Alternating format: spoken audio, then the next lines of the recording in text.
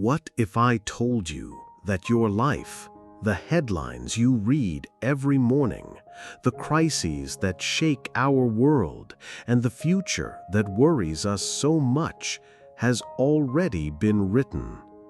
Not in a Hollywood script, nor in the pages of a science fiction novel, but in sacred texts written more than 2,700 years ago. Words that have survived empires, wars, and the very passage of time, waiting patiently for the exact moment to be revealed. Welcome to the Sacred Archive. Today we are not going to talk about conspiracy theories, nor about unfounded speculation. Today we are going to open an ancient book, a papyrus scroll that contains a message so precise, so unsettlingly accurate, that it has baffled scholars, strengthened the faith of millions, and sown panic in the hearts of kings and the powerful. We are talking about the book of Isaiah, a prophet who walked the dusty streets of Jerusalem almost 3 millennia ago, but whose eyes saw beyond his time. They saw our present. How is this possible? How could a man from the Iron Age describe in detail events that would occur thousands of miles and thousands of years away? Was he a time traveler? Or was he the instrument of a higher intelligence, a cosmic consciousness that weaves the threads of destiny? Prepare yourselves, because what you are about to hear will challenge your perception of reality. We are going to unearth prophecies that, for many, are being fulfilled right now, before our very eyes. And the question you will have to ask yourselves is, if Isaiah was right about the past and the present, will he also be right about the future that awaits us? Stay with us, because this journey is just beginning, and the truth is stranger and more fascinating than any fiction. To understand the magnitude of what we are about to unveil, we must first travel back in time, not with a machine, but with the power of history and archaeology. Imagine the ancient kingdom of Judah around the 8th century before Christ, a world of kings, of warring empires like Assyria and Babylon, a world where survival was a daily struggle. In the midst of this chaos, a man named Isaiah, son of Amos, emerges. He was not a king or a general. He was a prophet, a messenger. His mission was to transmit the words that, according to him, he received directly from God, warnings, judgments, but also promises of an almost inconceivable hope. For decades, Isaiah spoke. His words were written on scrolls of skin and papyrus, jealously preserved by scribes who, perhaps, did not even fully understand the scope of what they were transcribing. These scrolls make up what we know today as the Book of Isaiah, one of the jewels of prophetic literature. For centuries, many of his writings seemed cryptic, complex metaphors, apocalyptic visions. He was studied, he was debated. But in the 20th century, something extraordinary happened, a discovery that changed everything. In 1947, in the caves of Qumran, near the Dead Sea, a Bedouin shepherd found some clay jars. Inside, there were ancient manuscripts. They were the famous Dead Sea Scrolls, and among them, almost intact, was a scroll of Isaiah, a manuscript that dated back more than 100 years before the birth of Jesus of Nazareth. Why is this so important? because it proved, without a doubt, that the prophecies we are going to analyze were not written after the events. They were not a hoax. They were there, written, waiting, centuries before the events they described took place. The proof was sealed in clay and preserved by the aridity of the desert. The voice of Isaiah was about to resonate in the modern world with overwhelming force. Let's start with one of the most amazing and documented prophecies, one that perplexed historians and is impossible to refute. It is found in chapters 44 and 45 of Isaiah.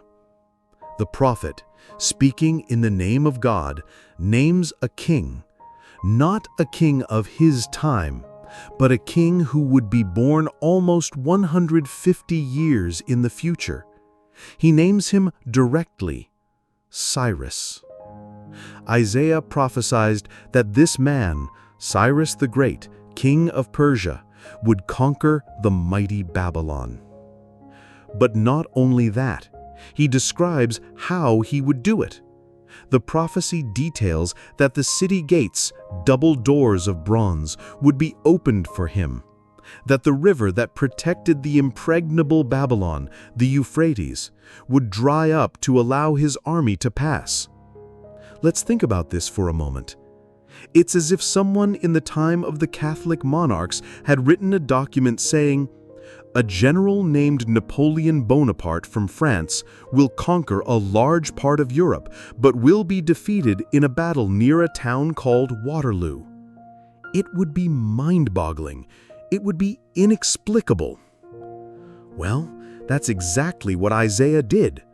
150 years after his death, a king named Cyrus II of Persia rose on the world stage.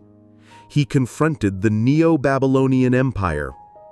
And historical records, including Babylonian chronicles like the Cyrus Cylinder, tell us the story. In the year 539 before Christ, the army of Cyrus arrived in Babylon. The city was considered impregnable. Its walls were legendary, and the Euphrates River ran through it, serving as a natural barrier. But according to the Greek historian Herodotus, Cyrus did something ingenious. He diverted the waters of the Euphrates River into an artificial lake, causing the water level to drop dramatically. The riverbed became a path. The Persian army was able to march under the walls, entering the city through the river gates, which had been left open by carelessness. The bronze doors did not need to be forced. The city fell almost without a battle, just as Isaiah had written a century and a half earlier. But the prophecy did not end there. Isaiah said that God had chosen Cyrus for a specific mission, to free the Jews, who at that time were not even captives in Babylon. He prophesied that Cyrus would order the reconstruction of the temple in Jerusalem, which was still standing in the days of Isaiah. And history confirms it. After conquering Babylon, Cyrus issued an edict, recorded both in the Bible and in the famous Cyrus Cylinder, allowing the captive peoples, including the Jews, to return to their lands and rebuild their temples. He even financed part of the reconstruction. Coincidence? Luck? To name a man, to describe his military strategy, and to predict his state policies, all 150 years in advance? This goes beyond chance.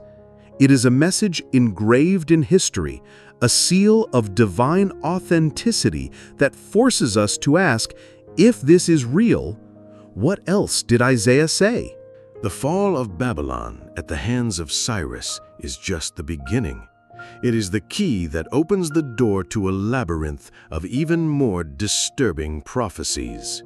Because Isaiah not only spoke of distant events in time, but he painted a picture of the state of the world, of empires that would rise and fall, and of a desolation that would last for millennia.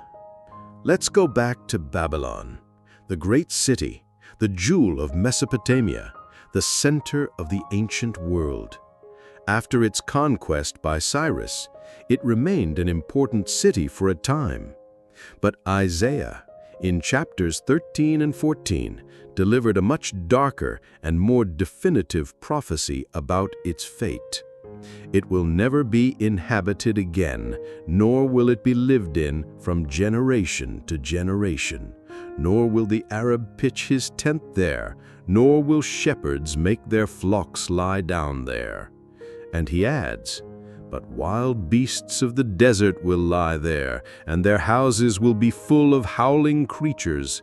There ostriches will dwell, and their wild goats will leap about." It is an image of total and perpetual desolation, a curse of eternal abandonment. For centuries, this prophecy seemed like a poetic exaggeration. Babylon, although in decline, still existed. But slowly, inexorably, the prophecy began to be fulfilled. The city lost its status as a capital to Seleucia, then Ctesiphon, and finally Baghdad. Its bricks were looted to build other cities. Its majestic palaces and temples eroded, turning to dust. The desert sand reclaimed what was once the glory of the world. Today, the ruins of Babylon are in modern-day Iraq, and the testimony of archaeologists and travelers is chilling. The place is inhospitable due to superstition or the desolation of the terrain itself. Local Bedouins avoid camping there at night.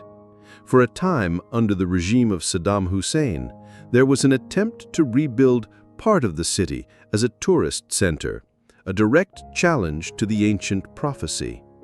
A modern palace was built on the ruins, but after the fall of his regime, the project was abandoned. The palace, now empty and looted, is a modern echo of the desolation that Isaiah predicted. The ruins, once again, are being reclaimed by the silence and the animals of the desert. Let's compare this with other great ancient cities: Rome, Athens, Jerusalem, Damascus. All have suffered wars, destruction, but have been rebuilt time and time again. They are still vibrant cities, inhabited by millions. But Babylon, the greatest of all in its heyday, lies in a deathly silence, exactly as the prophet described it. A warning of stone and sand that tells us that the words of Isaiah have a weight that transcends time.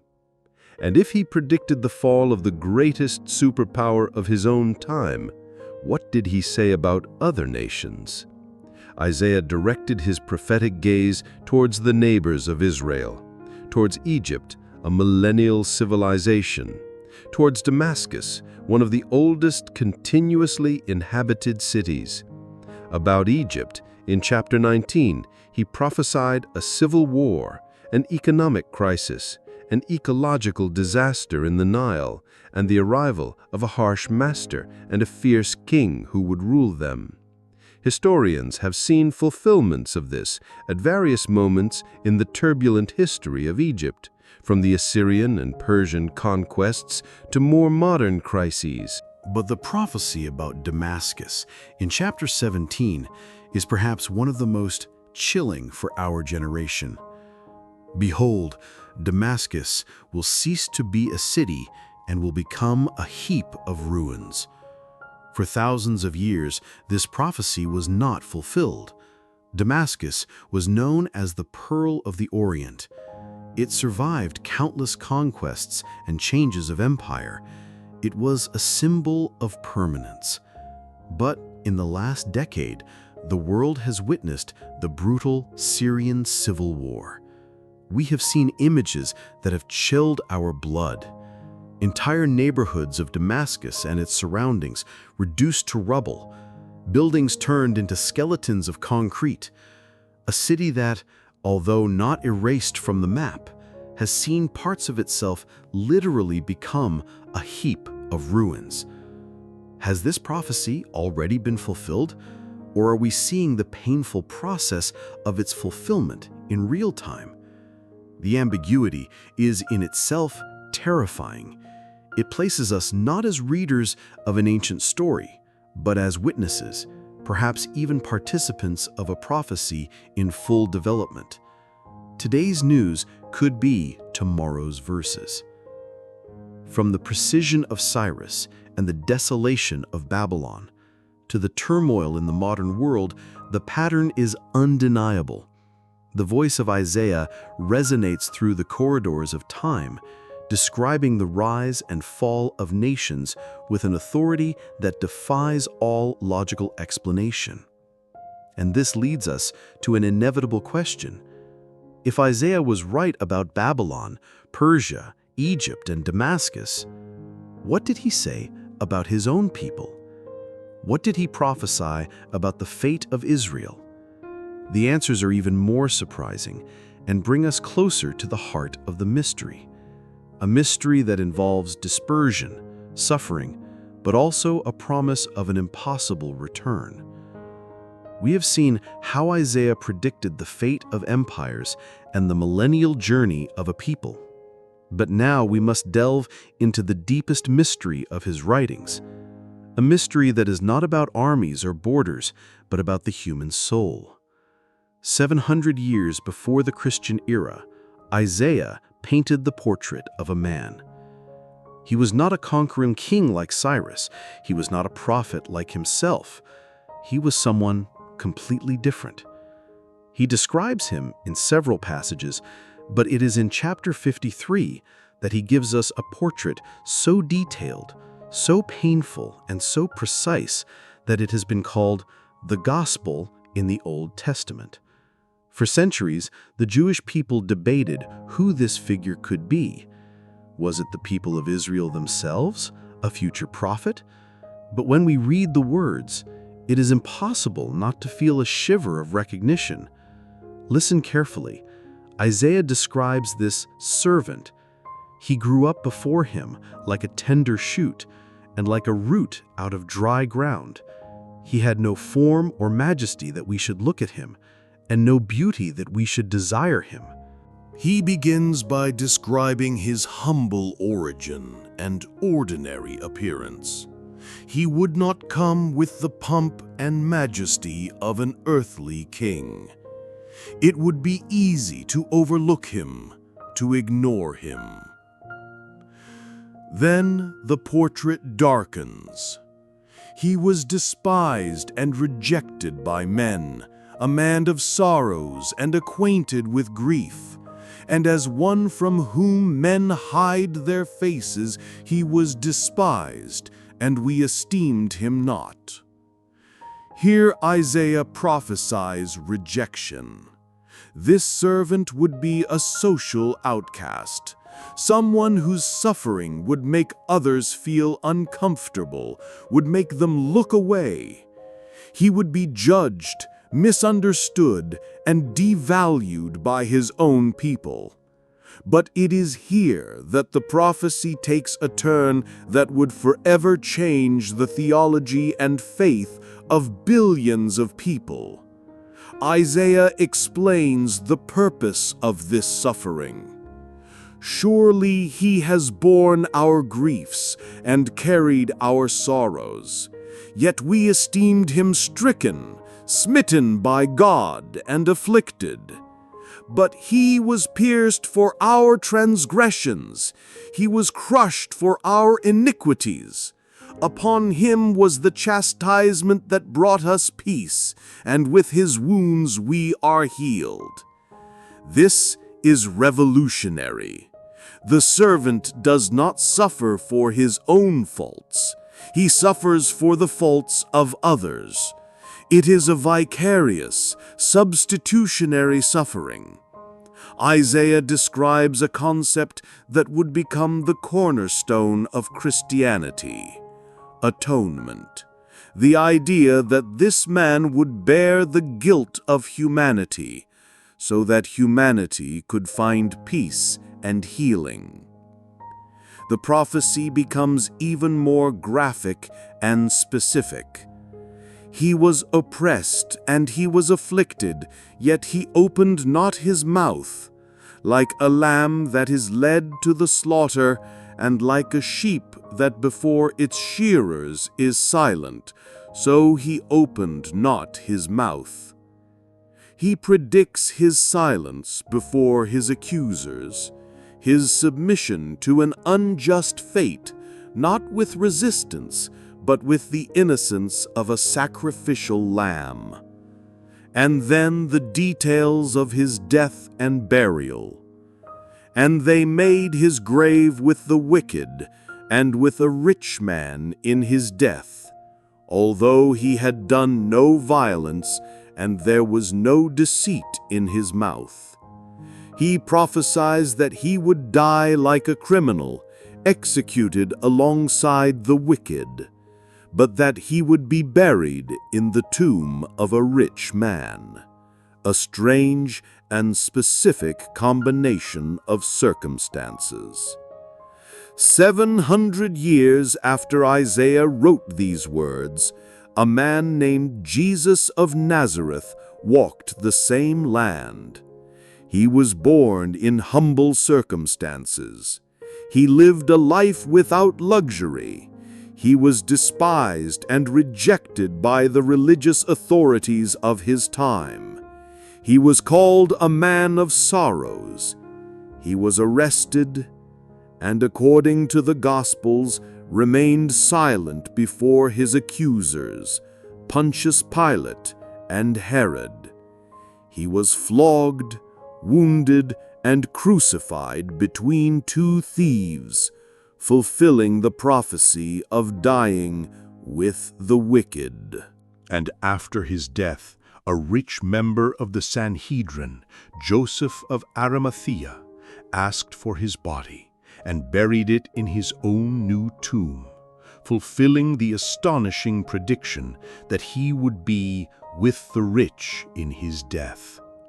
Every detail from the rejection and vicarious suffering to the silence and the circumstances of his death and burial was predicted by Isaiah with a precision that defies all human explanation. How could he have known? How could he have painted such an accurate portrait of the life and death of Jesus of Nazareth, 7 centuries before he was born?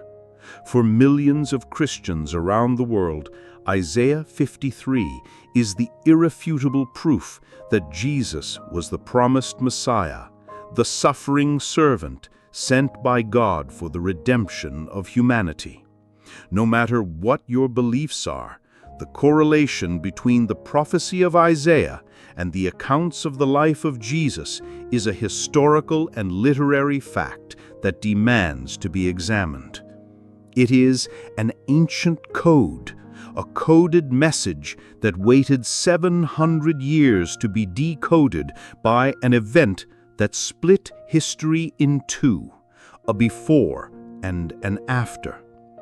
We have traveled through fallen empires, we have witnessed the return of a nation, and we have contemplated the portrait of a suffering Savior, and we are only halfway through our journey.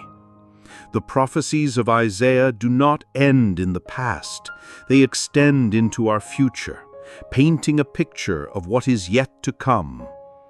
What we are exploring together goes beyond a simple video. It is a rediscovery of an ancient wisdom that seems to be speaking to us directly today. If you are finding these revelations as fascinating as we are, if you feel that something inside you is awakening, we invite you to join this community of seekers. Click the subscribe button and turn on the notification bell. It's not just to help us grow, it's so you don't miss a single chapter of this investigation. What comes next is even more shocking. And we want to know what you think. Do you see these connections? Do you have your own interpretations? Leave us a comment below. We read every one of them, and your ideas enrich this dialogue. Share this video with someone you think needs to hear it. Help us spread this knowledge. Now, let's continue, because the future that Isaiah described might be knocking at our door. After the darkness of the suffering servant, the prophetic vision of Isaiah opens to a dazzling light. Not everything is judgment and suffering. In fact, the final purpose of all of the above seems to be to give birth to a new era, an era of peace and universal knowledge that has been the dream of philosophers and poets for millennia. Isaiah describes a future time, often called the Messianic Kingdom or the Golden Age, where the world as we know it will be radically transformed. And it is not a vague utopia. Again, the details are specific and profound. In chapter 2, Isaiah gives us a breathtaking vision. It shall come to pass in the latter days that the mountain of the house of the Lord shall be established as the highest of the mountains, and all the nations shall flow to it. And many peoples shall come and say, Come, let us go up to the mountain of the Lord, that he may teach us his ways, and that we may walk in his paths. Isaiah predicts a time when Jerusalem will become the spiritual center of the world. Not a center of conflict, as it often is today, but a center of learning and pilgrimage for all cultures.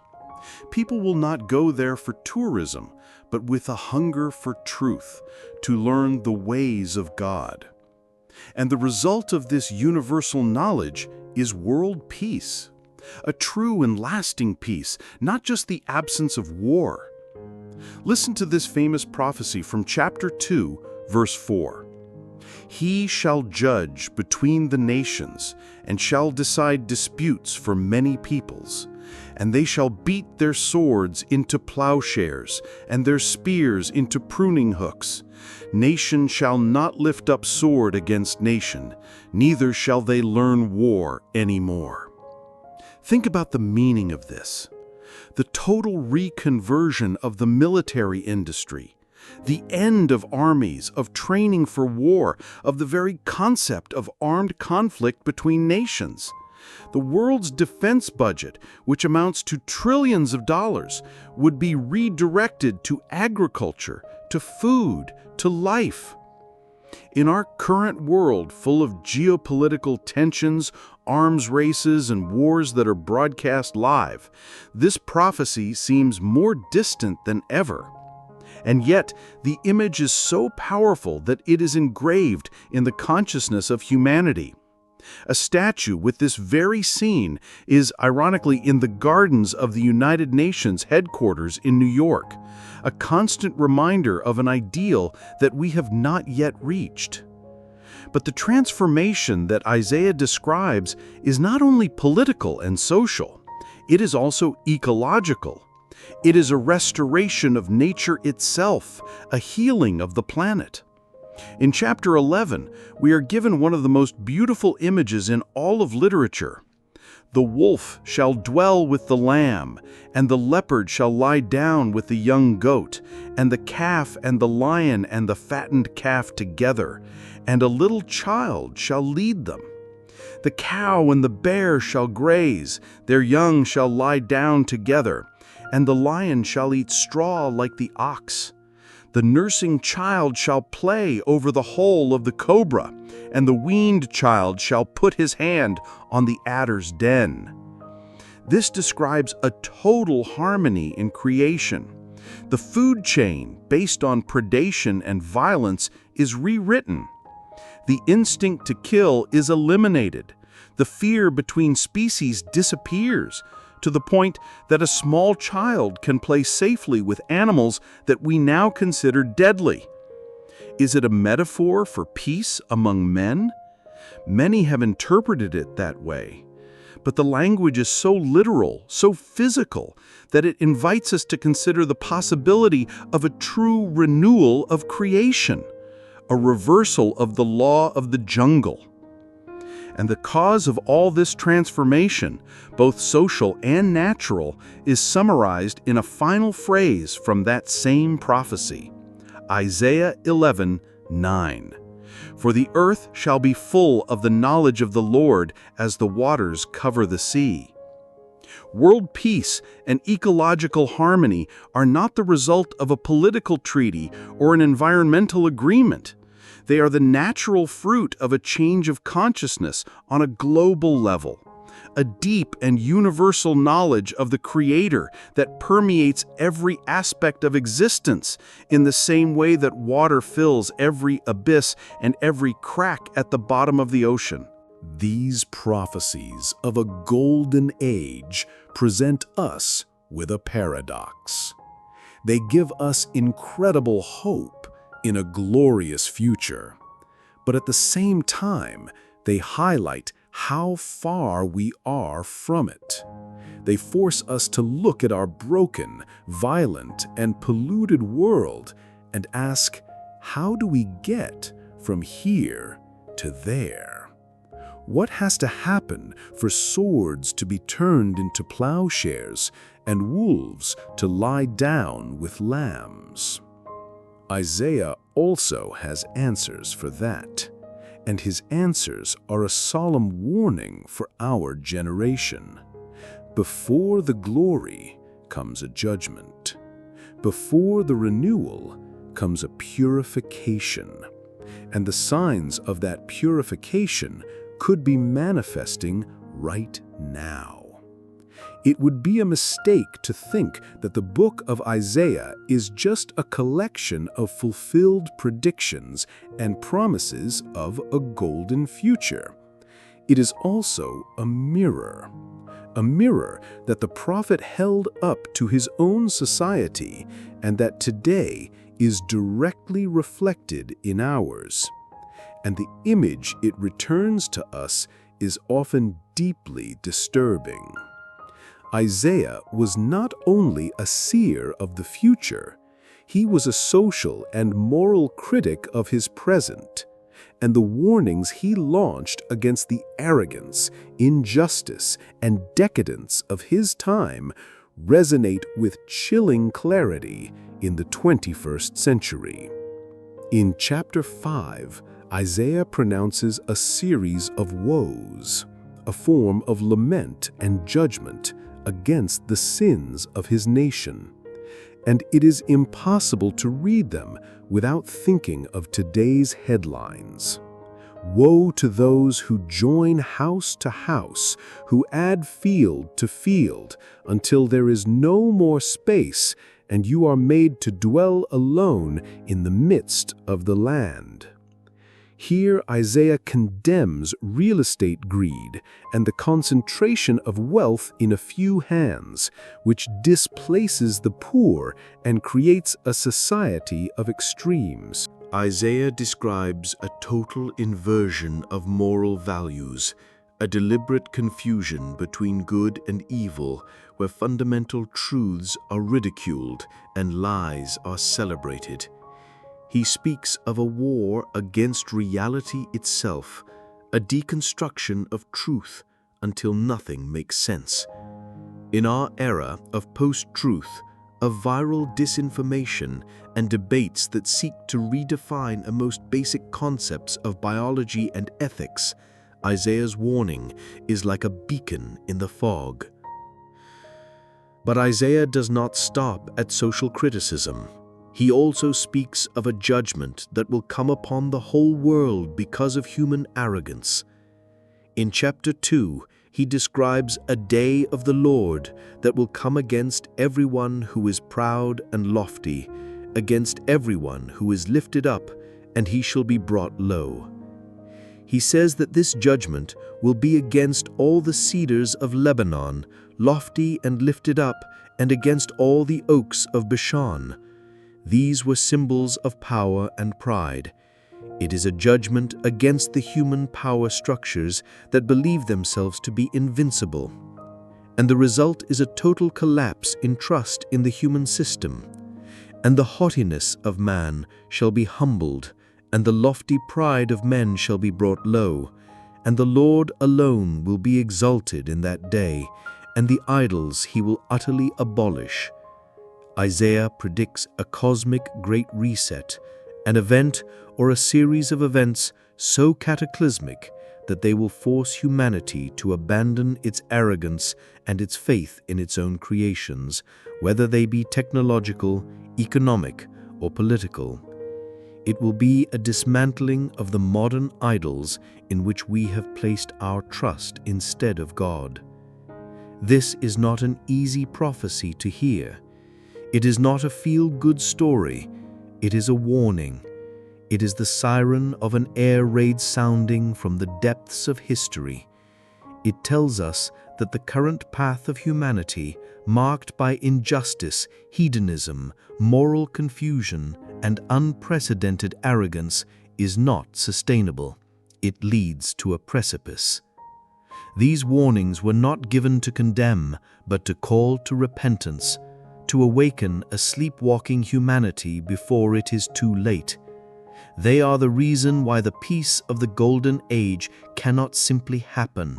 First, the structures of pride and rebellion must be shaken to their foundations. The question we must ask ourselves is, are we living in the days before that great shaking? Are the crises we see around us, economic, political, environmental, and social, the first cracks in the building of human pride? The words of Isaiah urge us to open our eyes, to look beyond the surface, and to prepare ourselves. But prepare ourselves how?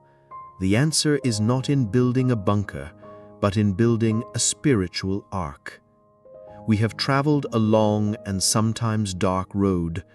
We have seen the infallible precision of prophecy in history. We have contemplated the sacrifice of the suffering servant. We have dreamed of the peace of a future golden age. And we have heard the solemn warnings against the arrogance of our world. All of this can be overwhelming. It can leave a feeling of unease, even fear. But the purpose of Isaiah and the central message that beats beneath every word of judgment and glory is not fear. It is the invitation. After painting the darkest pictures of judgment and the brightest of redemption, Isaiah makes a call that is both universal and deeply personal.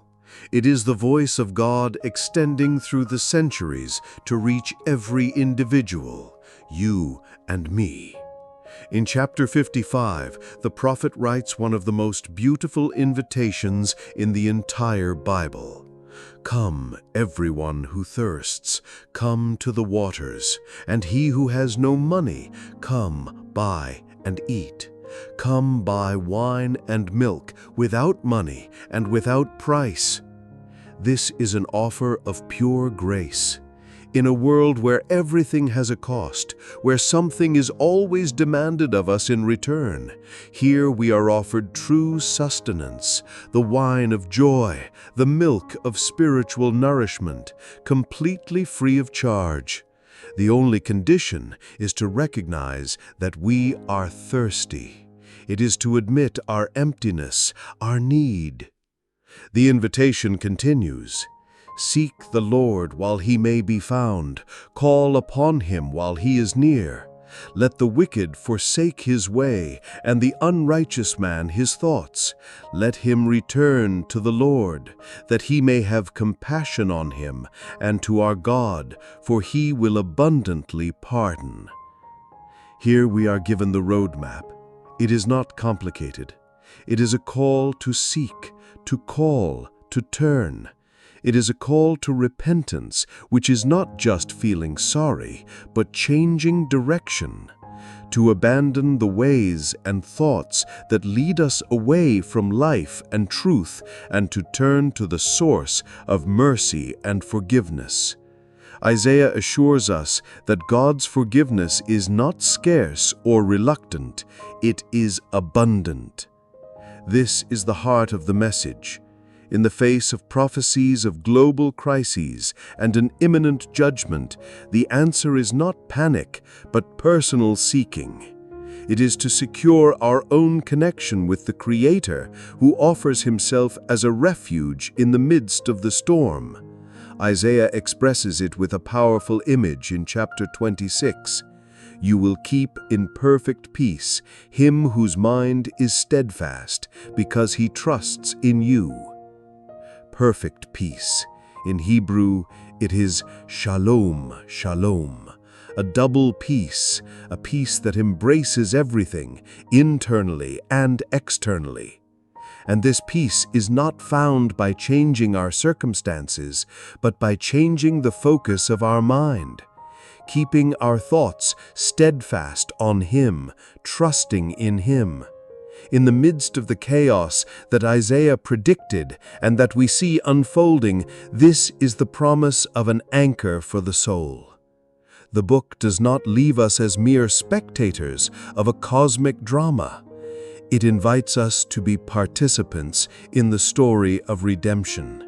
It gives us the key to not be swept away by the judgment that is coming upon the arrogance of the world, but to be part of the remnant that builds the new era of peace. Isaiah in chapter 24, often called the Little Apocalypse, paints a picture of a global judgment. It is not a judgment on a single nation like Babylon or Egypt, but on the entire planet. The words are cataclysmic. Behold, the Lord makes the earth empty, and makes it desolate, and distorts its surface, and scatters its inhabitants. The earth shall be utterly empty and utterly plundered, for the Lord has spoken this word. The earth is destroyed and withers, the world languishes and withers, the highest peoples of the earth languish. He describes a cosmic upheaval. The earth will stagger like a drunkard and will be removed like a hut. This does not sound like a conventional war. It sounds like an event of geological or cosmic proportions, a shaking so fundamental that it alters the very stability of the planet. What could cause something like this? Isaiah gives a reason. The earth is polluted by its inhabitants because they have transgressed the laws, violated the statutes, and broken the everlasting covenant. The prophet directly links the ecological and geophysical catastrophe with a moral and spiritual cause. It is the accumulated weight of injustice and human rebellion that finally breaks the planetary system. In this era of climate change, fear of nuclear wars, and growing seismic and volcanic instability, the images of Isaiah 24 have acquired a terrifying relevance. They no longer seem like distant metaphors, but plausible possibilities. But in the midst of this chaos, there is a sound, a song. Isaiah says, "They lift up their voices, they sing for joy, for the majesty of the Lord. Therefore glorify the Lord in the valleys, in the coastlands of the sea. The name of the Lord, the God of Israel, will be praised."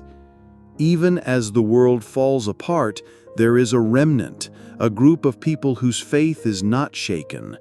Their hope is not placed in the stability of the world, but in the greatness of God.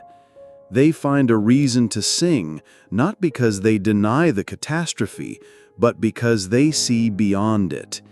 They see the hand of a God who is not losing control, but is purifying His creation to make way for something new. This is the turning point. The judgment is not the end of the story. It is the painful birth of a new beginning. And what comes next is so glorious that it exceeds our imagination. Isaiah 65 gives us the first glimpse of this new reality.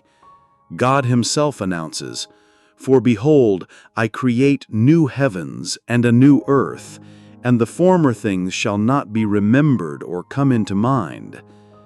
Let's think about this. A completely new creation.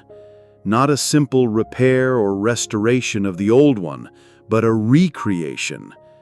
The universe as we know it, with its laws of entropy, decay, and death, will be replaced. And the trauma, pain, and suffering of the current world will be so completely healed that they will not even come to our memory. Not as a repressed memory, but as a bad dream that completely fades in the light of a glorious day. In this new creation, human life is redefined. They shall not build and another inhabit. They shall not plant and another eat. For like the days of a tree shall be the days of my people, and my chosen shall long enjoy the work of their hands. The injustice and transience of life are over. People will live long and full lives, enjoying the fruit of their labor in a perfect world. And the curse that has plagued human existence from the beginning is finally broken. They shall not labor in vain, or bring forth children for calamity, for they shall be the offspring of the blessed of the Lord, and their descendants with them. The pain, frustration, and tragedy that often accompany our greatest efforts and deepest affections are eliminated forever. Communication with the Creator, which in our world often feels distant and difficult, becomes instantaneous and intimate. Before they call, I will answer. While they are yet speaking, I will hear. It is a relationship without barriers, without static, without doubts. It is the perfect communion for which humanity was originally created. This is not a vision of ethereal souls floating on clouds. It is a vision of a physical, real, tangible life in a renewed and perfect earth.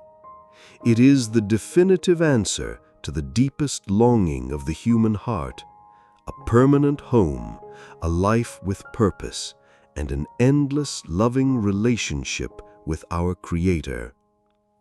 This is the final hope that Isaiah presents us.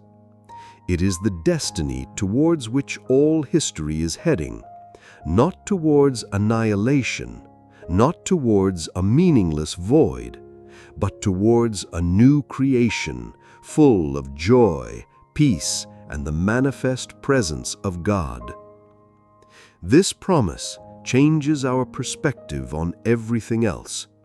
It transforms the way we see current crises, not as the end, but as the signs of the end of a chapter and the beginning of a much better one.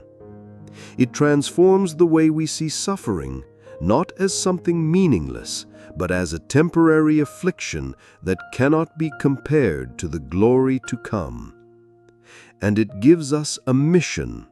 It calls us to live today as citizens of that new creation, to bring its light, its peace, and its hope to a world that desperately needs them, to be the voice that sings in the midst of the storm, announcing that the King is coming and that a new day is about to dawn.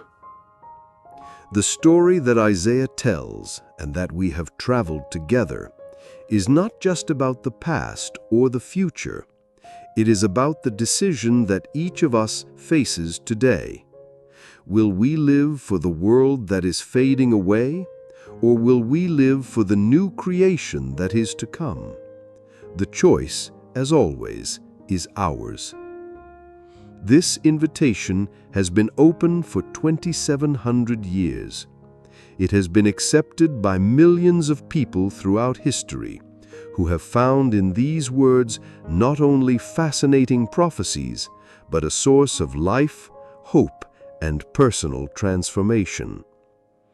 At this point in our journey, the narrative turns inward.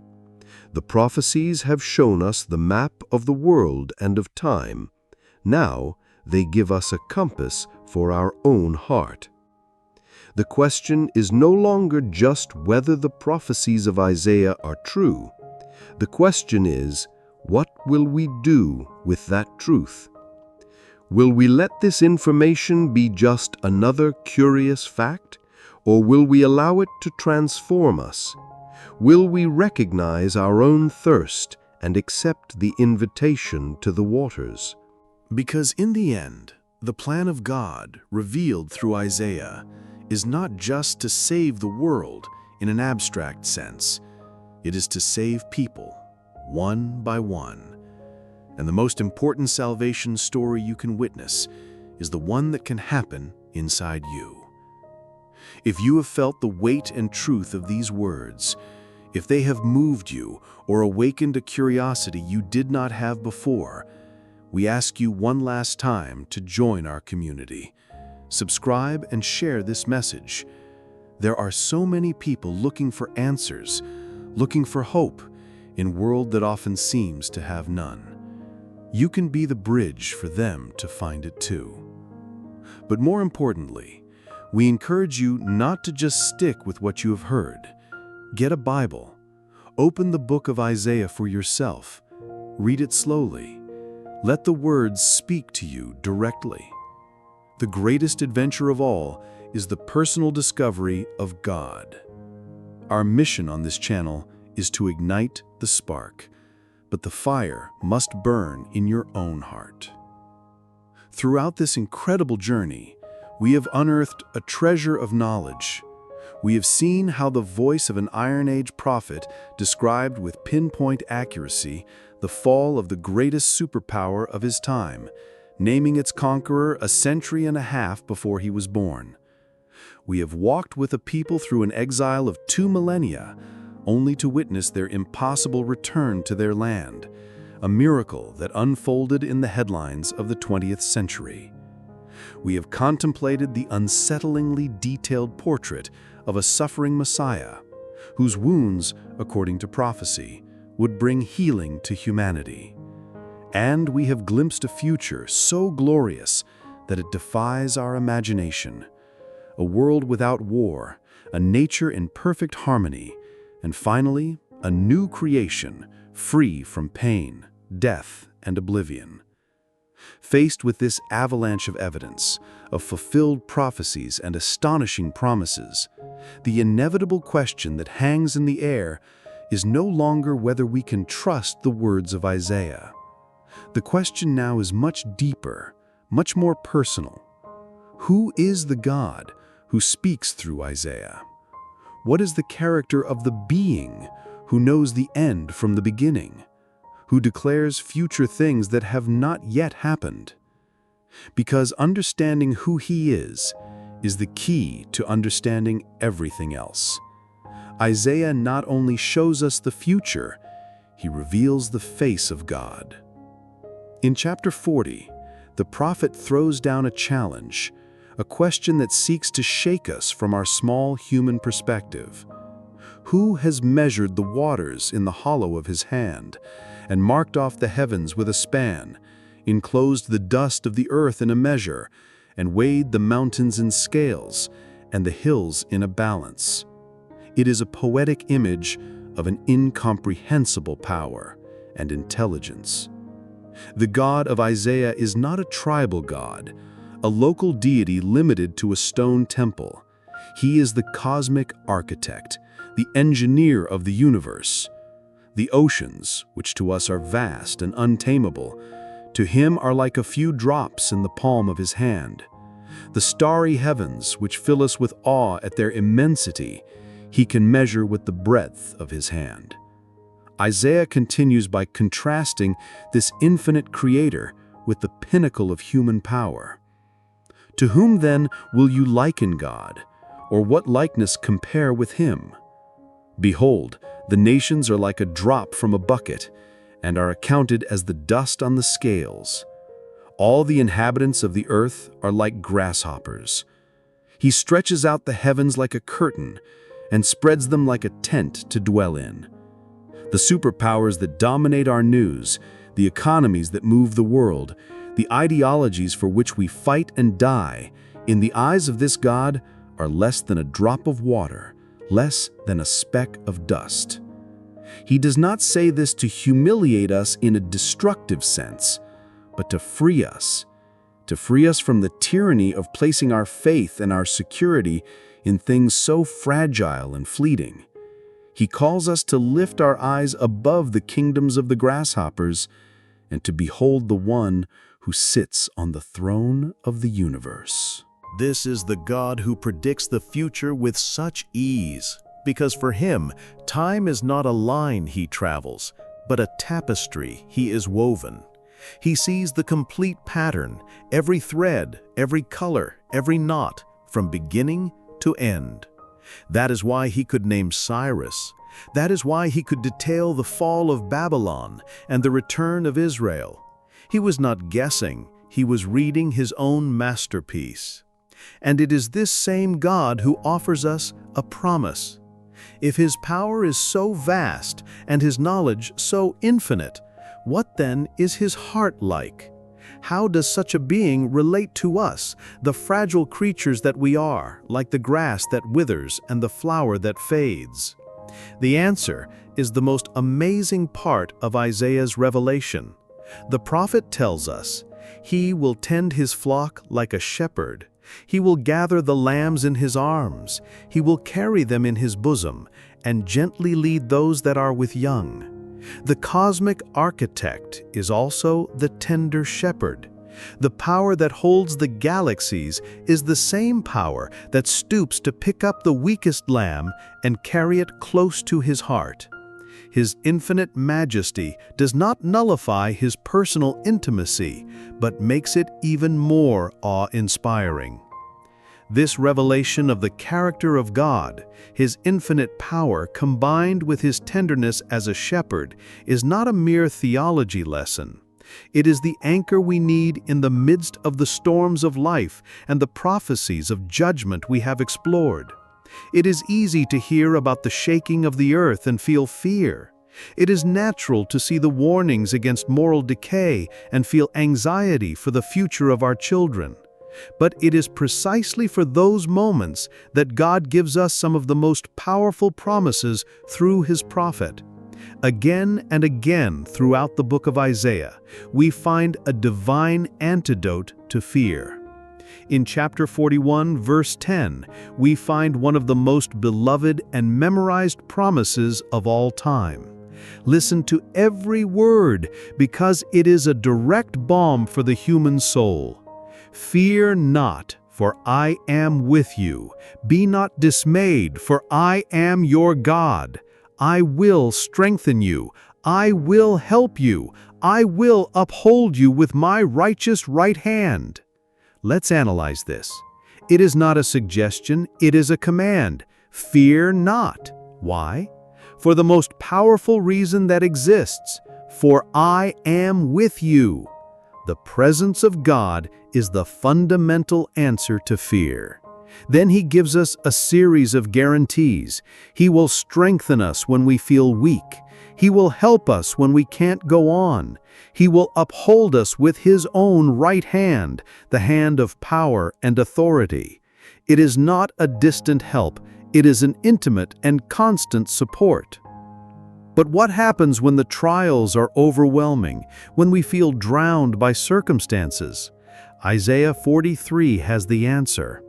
"When you pass through the waters, I will be with you, and through the rivers they shall not overwhelm you. When you walk through the fire, you shall not be burned, and the flame shall not consume you." Notice that the promise is not that we will not pass through turbulent waters or burning fires. Trials and difficulties are part of the human experience in this fallen world. The promise is that when we pass through them, we will not be alone. His presence will accompany us through the flood, preventing it from drowning us. His presence will walk with us through the flames, preventing them from consuming us. It is the promise of a supernatural protection in the midst of the fiercest trials of life. And the reason for this protection is deep and personal. It continues in the same chapter. Because you are precious in my eyes and honored, and I love you. Here is the heart of it all. We are not a number. We are not a cosmic accident. We are seen, valued, honored, and loved by the Creator of the universe. Our value is not based on our achievements, our appearance, or the opinion of others. It is based on the immutable verdict of God. He considers us precious. And it is because of that love that He commits to walk with us, to protect us, and to lead us to a safe place. These promises are the spiritual ark we spoke of earlier. In the face of a world that is shaking, in the face of personal and global uncertainty, security is not found in material possessions, nor in the strength of governments, nor even in our own intelligence. True security, the shalom, shalom, the perfect peace, is found by clinging to these promises. It is found by trusting, not in what we see, but in the one who spoke and who is faithful to keep His word. It is a call to change the foundation of our life, from the shifting sand of this world to the eternal rock of God's promises. And in doing so, we discover that we can face any future, not with panic, but with a serene confidence, knowing that the shepherd who guides the stars is also guiding our steps. Now we must connect the two most powerful threads we have woven throughout this narrative: the figure of the suffering servant and the promise of the coming kingdom. How are they related? What is the bridge that takes us from the cross to the crown, from the sacrifice to the glory of the new creation? Isaiah himself gives us the answer, revealing that one is the cause and the other is the effect. The suffering of the Messiah was not a meaningless tragedy. It was the necessary price to inaugurate the kingdom of peace. Let's go back for a moment to chapter 53. After describing the death and burial of the servant, the prophecy takes an astonishing turn. He shall see his offspring, he shall prolong his days, the will of the Lord shall prosper in his hand. Out of the anguish of his soul, he shall see and be satisfied. This speaks of a life after death. It speaks of a resurrection. The servant would not remain in the tomb. He would see his offspring, a spiritual descent of all those who would be saved by his sacrifice. And he would prolong his days, a reference to eternal life. But the most important thing is that the will of the Lord would prosper in his hand. And what is that will? It is the redemption and restoration of all things. The sacrifice of the servant is the divine transaction that satisfies the demands of justice. His death paid the debt of humanity's sin, the same sin that, as we saw in chapter 24, polluted the earth and subjected it to judgment. By taking the punishment upon himself, the servant opened the legal way for God to, in justice, forgive humanity and create new heavens and new earth where evil would no longer exist. Without the cross of the servant, the crown of the king would be impossible. His suffering is the foundation on which the new creation is built. He not only rescues us from the old and condemned world, but he makes us fit for the new and perfect world. And once he has paid the price, the role of the servant changes. He is no longer the silent lamb. He becomes the ruling king. We see this clearly in one of the most famous messianic prophecies, Isaiah chapter 9, verses 6 and 7.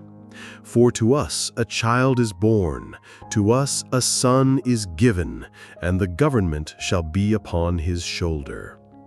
Here we see the child of humble origin, but we are told that the government will rest upon him.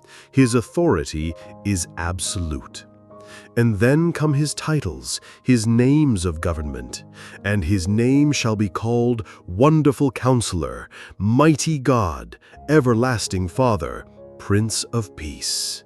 Each name reveals a facet of his reign. It will be a reign of wisdom, Counselor, of divine power, mighty God, of paternal and eternal care, everlasting Father, and its final result will be peace, Prince of Peace. This connects directly with the vision of chapter 2, where the nations turn their swords into plowshares. How do they achieve that peace? Because they submit to the government of the Prince of Peace. Verse 7 tells us what this kingdom will be like. Of the increase of his government and of peace there will be no end, on the throne of David and over his kingdom, to establish it and to uphold it with justice and with righteousness, from this time forth and forevermore. His kingdom will be constantly expanding. It will be based on justice and righteousness, the very foundations that were absent in the society that Isaiah condemned. And most importantly, it will be eternal. It is not just another empire that will rise and fall. It is the final and definitive kingdom. And the prophet concludes with a divine guarantee. The zeal of the Lord of hosts will do this. It does not depend on human effort. It will be carried out by the power and passion of God Himself. So the complete plan is revealed to us. The servant comes first in humility, to suffer and die to pay the debt of sin. Then he resurrects and ascends, to return one day as the victorious King, the Prince of Peace. His first advent was in grace, offering forgiveness. His second advent will be in glory, to establish his kingdom of justice. All of human history, according to Isaiah, pivots on these two comings, and we, who live between them, are in the age of decision. The era in which every human being must decide whether to accept the forgiveness offered by the suffering servant, and whether to voluntarily submit to his future reign as the Prince of Peace. We have reached the end of our journey through this ancient and miraculous book. We have weighed the historical evidence, we have felt the drama of the prophecy, and we have contemplated the hope of a glorious future. Now all this information, all this revelation converges on a single point, a point of decision that confronts you right now as you listen to my voice. The prophet Isaiah, through the Spirit of God, did not write these things to satisfy our intellectual curiosity. He wrote them to provoke a response from the heart. The invitation that resounded in chapter 55 is as valid today as it was 2,700 years ago. Come, everyone who thirsts, come to the waters. Do you feel that thirst, that deep longing for life to have meaning, for there to be hope beyond the chaos, for there to be real forgiveness for your mistakes and an eternal purpose for your existence? That thirst was placed in you by your Creator, like a tracking device that guides you back home. Do not try to ignore it. Do not try to quench it with the polluted waters of this world, which will only leave you thirstier. The invitation is to come without money and without price. This is the most difficult point for human pride to accept. We want to earn our salvation, deserve our place, contribute something. But God's offer is a gift. It is based entirely on the work of the suffering servant. The price was already paid in full on a cross 2,000 years ago. To try to add something to his perfect sacrifice is an insult to the magnitude of his love. The only thing you can bring is your thirst, your brokenness, your need. And that is all he asks. Seek the Lord while he may be found, call upon him while he is near. These words imply that there is a window of opportunity, a time of grace. We are living in that time now. But the same prophecies that give us so much hope also warn us that this window will not remain open forever. A day of judgment will come, a day when the Prince of Peace will return as the righteous judge. Therefore, the call is urgent. Not for tomorrow, not for someday. It is for today. What does this decision look like in practice? It is as simple and as profound as the words of Isaiah himself. Let the wicked forsake his way, and the unrighteous man his thoughts. Let him return to the Lord. It is an act of the will. It is to say to God, I recognize that my way has led me far from you. I recognize that my thoughts are often against your truth. Today, I choose to turn around. I repent. I abandon my rebellion and trust in the sacrifice of your servant, Jesus, as the only payment for my sins. I receive him not only as my Savior, but also as my King, the Lord of my life. That is the prayer that changes eternity. It does not require a church, nor a ritual, nor an intermediary. It is a transaction between your soul and your Creator. And the promise that accompanies it is absolute, that he may have compassion on him, and to our God, for he will abundantly pardon. This is the climax of our channel and our message. We have spent more than an hour together exploring ancient mysteries. If any of this has resonated in your spirit, if you feel the call of God in your heart, we implore you not to let this moment pass. And if you make that decision, or if you have already made it, we want to celebrate it with you. Write it in the comments. You don't have to give details. A simple, I have accepted the invitation, or today I have come home, will be a powerful testimony for thousands of people who will read your comment. And so, we close the book of Isaiah, but we open a new chapter in our lives. The story is not over. In fact, for those who have accepted God's invitation, the best is yet to come. The hope that Isaiah leaves us is not a simple optimistic illusion. It is a certainty anchored in the immutable character of God and in the power of his fulfilled prophetic word. When you watch the news and the world seems to be descending into chaos, remember the prophecy. Remember that the crumbling of human systems is the necessary prelude to the establishment of the eternal kingdom of the Prince of Peace. Do not despair. Lift up your head, because your redemption is near. Your King is coming. When you face personal trials, pain, or loss, remember the promises of the Shepherd. Remember that when you pass through the waters, he will be with you. When you walk through the fire, you will not be burned. He has not promised you a life without problems, but he has promised you his unconditional presence in the midst of them, and that is an infinitely greater guarantee. When you feel overwhelmed by your own faults and weaknesses, remember the sacrifice of the servant. Remember that by his wounds you were healed. His forgiveness is not partial, it is complete. His grace does not run out. In him you are seen as righteous and holy in the eyes of God.